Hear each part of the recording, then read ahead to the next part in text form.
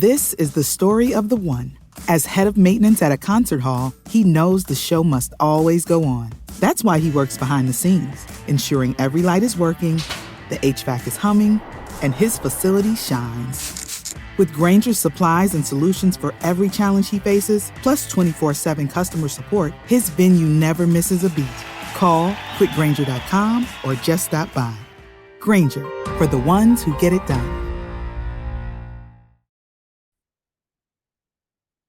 Hello, ladies and gentlemen, and welcome to another episode of the TNC Sports Talk. My name is Justin, and on today's episode, we intend to wrap up our NFL predictions for the 2025-2026 NFL season. We have already started and are halfway through with our predictions, as in our previous episodes, we have covered the AFC and NFC East and West, as we predicted that the Buffalo Bills, the Philadelphia Eagles, the Kansas City Chiefs, and the Los Angeles Rams finishing at the top of their division. We also have the New England Patriots, Denver Broncos, Los Angeles Chargers, and the Seattle Seahawks, who we think is going to make an interesting run for a wild card position in the postseason this year. Before we get started on our predictions for both divisions, the final two divisions, I want to take a moment and thank you guys for tuning in. If you guys like these episodes and this podcast, I encourage you to subscribe to our channel if you haven't done so already. Also, hit the like, share button and share it with your friends. It's the NFL season. It's a fun time. A lot of sports are going on as we continue our sports product. This isn't your typical podcast, as it is a pre-recording posted at a later date because of schedule conflict during the time. That's why this episode is strictly towards the AFC and NFC North and South predictions, and an upcoming episode as we get ready for the first games of the NFL season. We will recap and review all the games in week one. We would also provide our prediction, something to look forward to.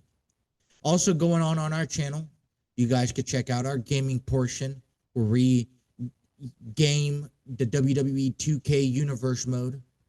We also give you simulations of our MLB The Show and of our Madden 25.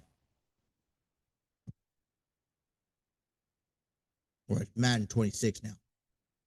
Things to look forward to in the upcoming week, as we have had Raw. We just enjoyed a Labor Day back on Monday. We have our week one predictions coming up on Thursday. We have our Madden 26 NFL season begins as the Dallas Cowboys take on the Philadelphia Eagles. We also have the Kansas City Chiefs taking on the Los Angeles Chargers on Friday night. Then we also have a Bengals and Browns game on Sunday at 1 p.m. And that's towards the Madden 26 franchise mode as we play as the Cincinnati Bengals. We have Sunday night football with the Baltimore Ravens and the Buffalo Bills. Capping off week one on Monday night, we will have the Minnesota Vikings and the Chicago Bears.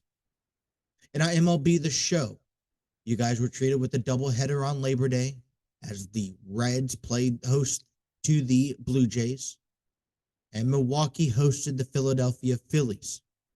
All four teams in competition for our MLB The Show 25 franchise mode playoffs.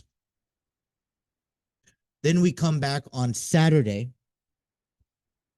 as I have my notes here, as the Dodgers take on Baltimore at Camden Yards. And on Sunday, we will have the Toronto Blue Jays taking on the New York Yankees on a Sunday night baseball. Major League Baseball is winding down, and a lot of playoff implication games are intended to be previewed. We do not yet have an establishment for what's to come during the playoff season. although we intend to do our best to provide as many games as possible. A little look ahead on our podcasting schedule, as this week will be covered through a pre-recording.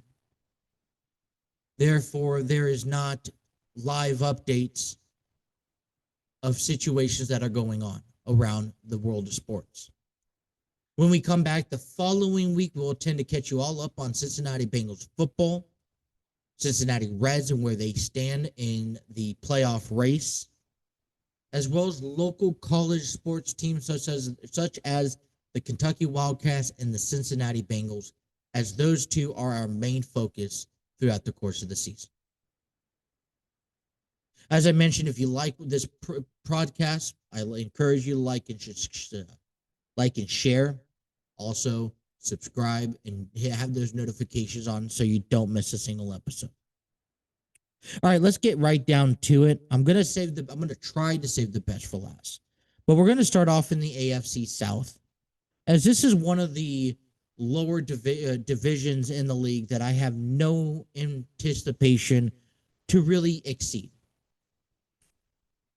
And it's curious to me because last year we saw CJ Stroud and the Houston Texans try to actually push their way towards a division championship, which to me was a bit surprising. It's interesting to see this division evolve over the years, as we had the Tennessee Titans kind of hold the ground for a little bit before Trevor Lawrence and the Jaguars came into the picture. It almost felt like they had a fluke going to the postseason, as they really hadn't had much success in recent years. As Tennessee and Jacksonville look to continue to develop their organization, it seems like a lot of people are surrounding this division between the Houston Texans and possibly even the Indianapolis Colts. I know one of the questions that I've seen and one of the topics that I've seen talked about the South particularly lies within the Indianapolis Colts, as they have Anthony Richardson and they also picked up Daniel Jones in the offseason. It felt like they had a comfortable quarterback situation. Earlier this preseason, the Colts announced that Daniel Jones, the former quarterback for the New York Giants, will be getting the starting nod for game 1 of their season. Although that's exciting, it does alert questions to what's the future look like for an Anthony Richardson, as Daniel Jones comes over from the New York Giants and have a fresh start in Indianapolis. There's a little bit of hope that the Colts are pushing towards a division, if not wild card stand. The other side of the conversation is what's next for Anthony Richardson. Does the Colts just decide to give him some time to develop as a backup quarterback before giving him another shot? Or is this part of an elaborate scheme, as a quarterback such as Arch Manning is expected to be in the 2026 draft next year? Arch Manning, relations to Peyton Manning, Eli Manning, possibly headed to the NFL. The Colts will love nothing more but to be able to sign a generational quarterback. With that being said, depending on their strategies, I don't believe that any team should head into the season looking to tank just to get the number 1 draft pick of the following year. Sure, it's something that after 6 to maybe 8 weeks, when you establish yourself, you can be like, all right, our focus is not on the division this year. We're pretty far separated. We're going to change our attention to next year and how we can better ourselves for next season. Maybe that is to get the number 1 draft pick and draft the quarterback hopes for our future. I think with the controversy, we'll have to just wait and see what Daniel Jones brings to the table. Like I mentioned, this is a clean start for Daniel Jones. It's exciting. But CJ Stroud is building chemistry with the Texans and remains hopeful throughout the course of the season. According to the Athlon Sports magazine, the Houston Texans are their number one pick for the division, followed by the Colts, then the Jaguars, and then the Titans. And I feel like that's pretty accurate in my books. They don't have another team representing the South to take the division. And to be honest, it's not a great division. As I mentioned, notoriously, it's going to find themselves with the one team that maybe has no more than 10 wins. And the rest of the division playing under 500 football. The certainty is sure, and that is anything can happen. Cam Ward, Trevor Lawrence, Daniel Jones could all have an excellent year, and that's what makes this division interesting to pay attention to. No, don't expect a lot of high talent success coming out of the South, but I'm not giving up on an entertaining division. Just like we talked about the Chiefs, Broncos, Chargers, and Raiders being an interesting division to pay attention to this season, especially out of the AFC conference. The AFC South conference division, although they're in the opposite position that the AFC West provides, they do make an interesting battle. So in my prediction, I have the Houston Texans taking away another division. I have the Indianapolis Colts coming in. The only trouble that I see, and this is where I could find the Colts come in third, is if they play too much between Daniel Jones and Anthony Richardson. So I hope we get an actual clear understanding of what the strategy and the game plan is for the quarterback position in the future, because there's no guarantees that they get the number one pick. And if so, that's a lot that you're risking a lot on a future quarterback that may or may not be promising for the Indianapolis Colts. But I had them down as number 2.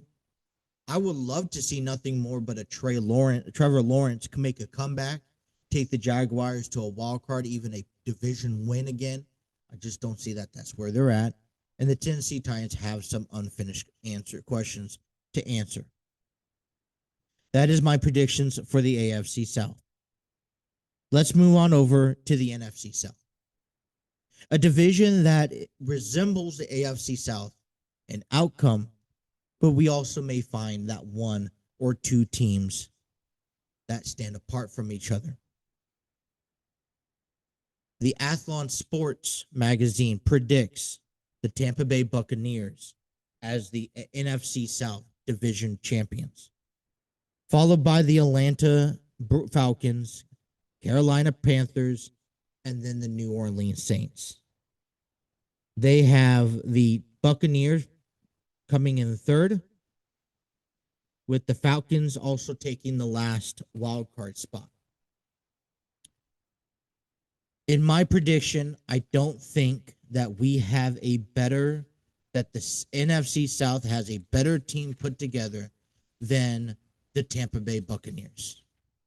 You have to admit, Baker Mayfield has gotten a couple of chances, was given up on by the Cleveland Browns, shown some light over there in Los Angeles. Now he finds himself under a community of Tampa Bay and Florida and fans that could get behind him. I've heard nothing but great things coming from Baker Mayfield and the Buccaneers. And that leads me towards, well, why, if he's that genuine of a quarterback and he's found his home, there shouldn't be no reason why he takes another division. Alongside with Mike Evans and Chris Godwin, I believe that their offense ability is quite unique. I don't feel like they have a difficult division, as I feel matchups coming into this season are going to level out pretty fairly. It's always a good time against Atlanta, taking on Houston. Philadelphia would be an interesting matchup. Playing against Seattle, I would like to watch. The Saints will be also a good one. I would like to see them up against New England. the Rams, Miami, teams that it could go either way. I actually am prone to now take it the Tampa Bay Buccaneers side. Excuse me. So I have them winning the division, and I wouldn't even mind seeing them go into the division, the NFC Championship game. Coming in my second place, I do have the Atlanta Falcons, as they have Bijan Robinson, Michael Penix Jr. They are building. They're not quite there yet. Like I said, the entire division is going to be separated by one, maybe two teams. Now, they only picked up 8 wins last season. I think they're going to average about the same, maybe even 9, sliding into a wild card position. Where I see coming in a little bit differently, it's going to be I actually going to go ahead and go with the Panthers. This is another year with Bryce Young. I believe that they're confident in their quarterback for the next few years. You got Andy Green, who's also, has really put themselves in a position to excel and to protect Bryce Young in troubled times. You have Chuba Hubbard as your running back. And I don't think it's a terrible team. Now, are they better than a 6-7 win? Probably. I think they go up to maybe a 6, maybe even a 7, tweedling the notion of possibly a postseason run. I just think they come short. Coming in my 4th spot, the New Orleans Saints only picked up 5 wins last year. I don't see, they have Tyler Shaw as quarterback. They got a lot to develop. They don't really have a lot of great people right now. I feel like they're missing that missing piece. Every team, I think, has that piece that you surround by. It's that town's hero. Remember when Drew Brees, after Hurricane Katrina came in, Drew Brees over in New Orleans kind of helped be the tout to help deliver the Super Bowl. I just don't quite, Alvin Kamara is possibly that one of those guys, but otherwise you don't have much on the team to go off of. And I struggle to see them succeed. I want them to succeed. I like the New Orleans Saints, but I struggle. I see them in last place. I see games that they should be winning against Arizona, games like Seattle, the Giants, possibly Chicago. Simple games that they should win. I don't know if you should even go win with them in the favor. So, in my opinion, that the Saints are going to finish in last place. So, in the AFC South, I had the Houston Texans, Indianapolis Colts, Jacksonville Jaguars, and the Tennessee Titans. In the NFC South, I have the Tampa Bay Buccaneers, the Atlanta Falcons, Carolina Panthers, and the New Orleans Saints. The only controversy that I have with this, other than despite the Tampa Bay Buccaneers, which I am confident in winning a division, that the South in both divisions are kind of up in the air. Teams can have a good streak. It's going to be based all up on them. All right, coming into the AFC and the division that I know people want to listen about, especially in the local Cincinnati area, that's the AFC North. The AFC North Bengals, excuse me,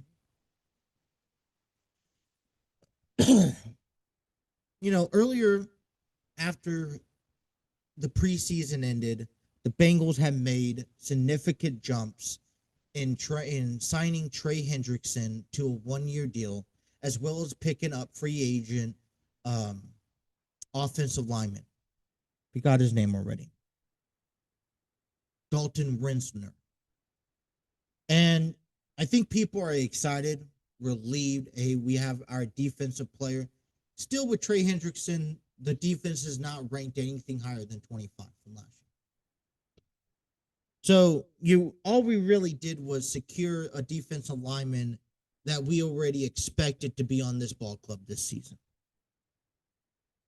Then we also picked up an offensive line that looks pretty talented, that is promising. He had a good run with the Minnesota Vikings. We picked him up under free agency. The point that I want to point out here for the Cincinnati Bengals is how much improvement we see these two selections. They're kind of a win, in my opinion. But how much more does this really improve this team? Trey Hendrickson, as I mentioned, is a player who is already expecting to be on this ball club come opening day. We already know what his capabilities are. We signed this 1-year deal, and it is something that, although we could be excited about, it's more of just a relief that we do have him. Not an excitement because we didn't go pick up anyone special. Dalton Risner. I think this would have been much bigger news if the offensive line was coming into this season healthy. But the matter of the fact is that Cordell Volslin got injured during preseason.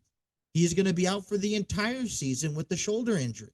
He was your starting right guard before the preseason started. So all we're doing by bringing in Dalton is bringing in someone to even the guy that we lost for the entire season. So realistically, who did we really advance? How did we advance and to become a better team? Dalton's not the missing piece to this offense. Now, would he play, or is he going to play better than Cordell Volslin? Possibly. Is he going to be better than who's the backup lineman here? Let me find that out. He's a rookie. Dylan Fairchild? Possibly. I mean, you got Lucas Patrick over there at right guard. So we lost a left guard. That's what I meant to say. We got Cody Ford. So, yeah, you're adding, but like I said, Cordell Volson is no longer, he's not inclusive on the team this year. He's out with an injury all season long. Hopefully he has a speedy recovery. Hopefully it doesn't affect his career. But as I mentioned, we're taking this news as if this is going to impact the Cincinnati Bengals, when all you're really doing is getting back to square one, and that was having a healthy team and a complete team heading into Cleveland in game one. So after thinking about this, I still don't have the Bengals as number one. Lamar Jackson, the Baltimore Ravens, they're on that hunt. And that hunt is to beat the Kansas City Chiefs. We see the Kansas City Chiefs. They're kind of at the back end of everything, their success. They're still running long. We're questioning how much longer do they have. They're looking to have, 10, 11 consecutive division titles coming up this season. And we're looking for that next team that can replace the Kansas City Chiefs. The Chiefs are the team to beat in the AFC. And when you look at the combination, no, I don't think that a Lamar Jackson, Derrick Henry, Zay Flowers, Rashad Bateman, and DeAndre Hopkins, that's borderline better than the Joe Burrow, Jamar Chase, T. Higgins situation. I feel like they had the more whip power. They wanted, they made it to the AFC playoffs last year. They won the division. And I think that they are one of the top competitors in the predictions this year. Athlon Sports have them beating the Bengals in the wild card, beating the Chiefs, and then losing to the Bills. So I do have the Ravens finishing off on top. But with officially signing Trey Hendrickson, knowing that he'll be playing the first snap of the game number 1 in the regular season, knowing that we did add an improvement and assistance to the Bengals O-line this year, I strongly believe that the Bengals slide in at number 2. I think that they have a lot to work on, and I think they're kind of going to be the underdogs in this season, especially in this division. A lot of people are doubting them. They're calling their defense one of the worst defenses in franchise history and all of the NFL. And so the notion is going to be, let's prove this team, this division and this league wrong. Let's prove them that, the Super Bowl run a couple years ago wasn't a fluke. Our playoff runs wasn't a waste of time, that we are capable of going back to the playoffs and even winning a playoff game. There's going to be a lot of proving wrong here in this team here. Coming in at number 3 in this division, it's going to be the Pittsburgh Steelers. Now, I think that they're going to have a strong case. picking up Aaron Rodgers. You got Mason Rudolph back at the realms here. And then you also got Skylar Thompson as well, I believe. At least that's what's according to Athlon. You have DK Metcalf, right? Robert Woods, Jalen Warden. The point is that Mike Tomlin wants to stay relevant. And I think as long as he has a winning record, then he's going to succeed. And I don't think that the Pittsburgh Steelers are going to have anything less of at least a 9-8 record heading into at the result of this season. They don't have a difficult schedule ahead. They take on the Jets in Seattle, New England, first 3 easy games. The Minnesota game at the end of September is going to be in Dublin, Ireland. Then we have Cleveland, Cincinnati. I mean, they have a couple of struggle ones, but Indianapolis is a good one. Colts, Chargers, plus it's Aaron Rodgers. I think he has a little bit more motivation to fight for. Coming in at number 4 is going to be the Cleveland Browns. I don't know exactly what's going on for them. They got Kenny Pickett, they got Joe Flacco, they got Shamar Sanders. I don't know exactly. Shador Sanders. A team that doesn't know what their quarterback situation looks like. And I think that they're still struggling to get over the fact that Deshaun Watson failed tremendously, and now they have to eat that scenario. And it's not going to be an overnight fix. I think that they are going to, I think they're going to be very cautious about the next moves that they make. And it's going to be some dark days, I believe, in Cleveland before we could finally move on and get over. Now, you're hoping that Joe Flacco has a solid, run this year. He's taken a different approach. But if not, hey, you have Kenny Pickett. And at some point, maybe your overall goal is to get Shador Sanders to a starting point. The thing, what I like about this situation, and I don't know what the Browns are really going for, but what I like is that is not to rush your quarterback to be your top star guy. A lot of quarterbacks have been placed in over the last 10 years as the next guy. They come in, not even 4 games later of the first season, they're starting. And teams look to them to be their next franchise. And yeah, it works. It worked with Joe Burrow, worked with Patrick Mahomes, it worked with, Jalen Hurts. But realistically, I do, call me an old school football player, but I do enjoy where a quarterback gets shaped, molded, and developed in the city he is playing to be taken over, and then he succeeds. Jordan Love is a prime example. Aaron Rodgers is a prime example, playing under their mentors, Brett Favre, Aaron Rodgers, and then go on to have themselves a solid career. What Jimmy Garoppolo had that was under Tom Brady. Didn't have success in New England, went over to San Francisco, had a few years success. I mean, Brock Purdy came behind Trey Lance. Rivers had a decent career with being under Drew Brees. And so my point is that you can take a rookie quarterback and you don't have to rush them to get onto the field. You get, I think football has changed in that dynamic over the years that we don't see that, and the pressure quickly fails.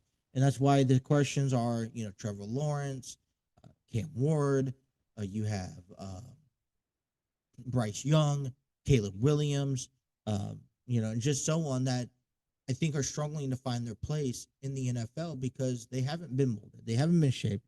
NFL is claiming, hey, we're bringing over the college football criterias and it's going to be the same dynamic. And no, it's not. I don't see it. It's nothing like college football. So I do have the Ravens, Bengals, Patriots, or Steelers, and then the Browns and the AFC North. I have the Bengals getting back to a wild card. I don't know if the Steelers can, but I think they could possibly. All right, so we're gonna wrap things up NFC North, and I think this is a unique division now since the breaking news that came out um, last week with the fact that Micah Pearson got traded from the from the Cowboys to the Packers for hardly anything.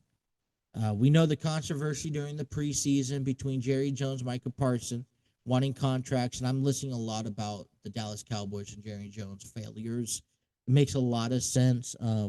They could have saved so much money if they'd done things years ago, and they haven't. They missed opportunities. It's now costing them. They didn't get nothing in return for Micah Parsons, hardly ever. I mean, yeah, they have the next 4 years of first-round draft picks set up, but, I mean, sure, the Packers are dealing with the injured Jordan Love, but they are one of the top teams, in my opinion, that can still hang in there. I do believe, though, that the Lions are just inching closer each and every year to being that next team, and maybe they take advantage of a Jordan Love's not being 100%, and they can win a division. Athlon Sports has the Lions winning the division. They have the Packers making it to a wild card, Minnesota coming in third, and the Chicago Bears coming in fourth. Very similar. I have the Lions being able to, I think it was step-by-step process, right? Get to 500 football, now win your division, now get to the postseason, and then go on and win a division there. I think they're able to accomplish all of that. Now, I don't know how far. I don't think they go too far into maybe to the championship game. I know that's a far stretch, but I don't know if, but I do know that they are going to the playoffs. With Michael Parsons defense, I think this Curry puts a lot of good, better scenarios. Definitely a big help to their defense. They'll see the Bengals later on this year, I believe. Nope. Sorry. They kick off in Philadelphia, Indianapolis. They got the Rams. They got Jacksonville, Miami, the Saints, Minnesota. What team? They're facing the South this year. So they do avoid the Bengals, which is great. They don't have to face the Cowboys, which is another good thing. They don't have to see them in return. I just think that let me look at the right schedule. Sorry, I had it on the last season. They do face they got Baltimore. They got Cincinnati at home. They do have Dallas. They will see Dallas at the end of September. So I just think a lot of these games that maybe you winged out Green Bay in scenarios like possibly Washington, Detroit, Minnesota, Philadelphia, you could probably wipe them out. Baltimore probably will end up wiping them out in the occasion of picking up a victory. Now you just kind of add them back in. I think they come out another 11, maybe 12 wins. Minnesota Vikings is also my next selection at number 3. You got Justin Jefferson. You got J.J. McCarthy there. I think that you take this year, you may slide into a wild card spot. You may not, but it's going to be a learning curve. It's not going to be a one and done, and I don't want the Vikings to give up on their quarterback right away. Just let him come in, let him develop. Yeah, I think he has a strong suit. He has a good offensive line to protect him, and I think after you build some chemistry, you're capable of you're capable of providing more and getting back to a postseason. Nonetheless, look, in the NFC, I really like the NFC North battles, and I would be paying close attention to those battles and those games. I feel like they really have improved over the years. The Lions and the Packers, and then throw in the Vikings, you have to watch. I think anything coming out of maybe Washington Commanders, keep them in your peripheral vision of having a good season. Whether the Cowboys are in the postseason or not, or a good team or not, I don't have an emphasis to say, all right, you got to watch them. I'll tune into them on Thanksgiving because I love football on Thanksgiving. I'll tune them into the primetime games, but I'm not going to say, all right, when's the Cowboys playing next and who are they playing? I don't think they're playing the Bengals this year, are they?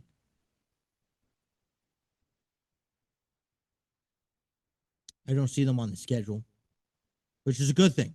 And we don't have to deal about with it. But the North is going to be the team for me that I would like to watch in the NFC. You got teams that I kind of want to put out there. Being a former used to living in San Diego, I was a Chargers fan. Flipped over to the Rams. Seahawks look pretty solid, so I'm liking those two combinations, and the Tampa Bay. Maybe see how Bryce Young comes away with the Panthers and if they can improve. So those are the things that I'm really looking out for. I'm predicting the Eagles going back to the Super Bowl. I mean, don't get me wrong, unless maybe Detroit's kind of the runners up. I like Tampa Bay and I like Washington kind of going into the divisional round. And I do like the Rams, Seahawks in the wild card. I like the Packers in the wild card and possibly even Washington in the wild card. AFC, I think similar. I think, I've told you, the Eagles are the team to beat in the NFC. The Chiefs are the team to beat in the AFC. The Ravens and Bills, I think, are right there by them. What's good about the wild card here this year is that for a team like the Bengals, like the Broncos, like even the Chargers, I don't think there's much of a battle. You just got to play your solid baseball, and on a good note, you're going to end up winning earning a wild card spot. It's when you get to the wild card spot and you have to go to Buffalo or you have to go to Baltimore, and it's freezing cold out there. Maybe the Broncos, maybe the Bengals are used to the weather climate, but those are going to be the challenges. And then if you can survive the Bills or the Ravens or even the Chiefs, it's still cold in Kansas City. If you could survive them, then it's who's next. It's going to become whip power. But I actually have the Ravens. It's going to be I predict the Ravens and the Eagles this year. I think this is the year Lamar Jackson can show how serious he is. He finally has that contract past him. He's a long life Ravens. He is, he has a great front, Zay Flowers, a great front set of guys that I'm just, you're excited to watch. It's one of those teams that, when we talk about, coming down to 2-minute warning in the fourth quarter or when the game's on the line, either your offense has to step up or your defense is going to have to step it up and stop some points. And when you look at the Chiefs, they could do that. You actually get nervous if you're the opponent because Chiefs could run down the field in 2 minutes and they could hold on offense for 2 minutes. Well, guess what? The Ravens are right there. The Bills have shown strong promises that they're right there too. So that's what makes them good. And I guess that's where I keep the Bengals out of it. Not because I don't like the Bengals. I love the Bengals. But I can't agree that they can stop the defense in 2-minute warnings, or they can have an offensive run even with the guys they have when the game's on the line. And I'm not saying that, it's not Joe Burrow. He's a great quarterback. It's not Jamar Chase. It's not T. Higgins. It's the rest of the offense. It's going up against a good defense. So, yeah. I mean, that's my predictions, kind of accurate. I kind of like referencing a magazine, so I'm not like just referencing myself, like to give my take. Maybe kind of helps me whether I'm like stuck on a team, whether it's in one position or not. But yeah, that's our prediction. Let me know in the comments what you guys think, who you guys think are going to walk out victorious. Like I said, if you guys are looking for the predictions for the AFC, NFC, East and West, go check out our previous 3 episodes. I'll put them up in the cards on top of this video. I'll also, I don't have them under a playlist, quite frankly, but yeah. So that's great way to kick off this week. We'll come back. We'll give you our week 1 predictions, and I'm looking forward to it. NFL season's on the horizon. Thank you guys for tuning in to the TNC Sports Talk YouTube channel. My name is Justin. Until next time, you enjoy the rest of your day.